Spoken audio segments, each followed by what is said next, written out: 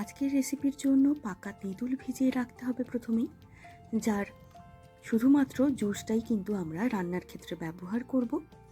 আর আগে থেকে করে রাখা নারকেল এইরকমভাবে সাদা ন্যাংরার সাহায্যে আমরা চেপে নিয়ে তার দুধটা বার করে নেব, যেটা আমরা 1 বাটি ব্যবহার করব। এই দুধটা এই রান্নায় কোনো রকম জল ব্যবহার করা হবে না আলাদাভাবে। আর আমি এখানে 3টে ডিম এরকমভাবে কুচিয়ে নিচ্ছি।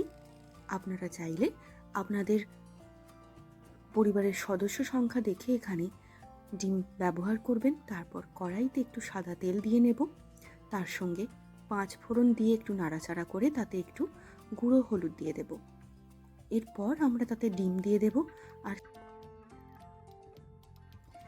এটাকে আমরা কিছুক্ষণ নাড়াচাড়া করে নেব। এইভাবে সামান্য একটু নাড়া হয়ে গেলে এরপর আমরা একে একে দিয়ে দেব আগে থেকে যেই সব জিনিসগুলো করে রাখা ছিল। প্রথমেই এখানে দিয়ে দিচ্ছি পাকা তেঁতুলের জুসটা, যেটা আমরা আগে থেকে বার করে রেখেছিলাম। এরপর আমরা লবণ দিয়ে দেব পরিমাণ মতো। তারপর এটাকে একটু ভালোভাবে মিশিয়ে নেব।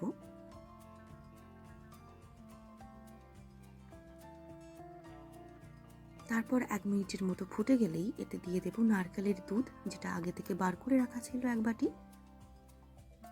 আর আপনারা চাইলে এখানে সামান্য চিনি ব্যবহার করতে পারেন।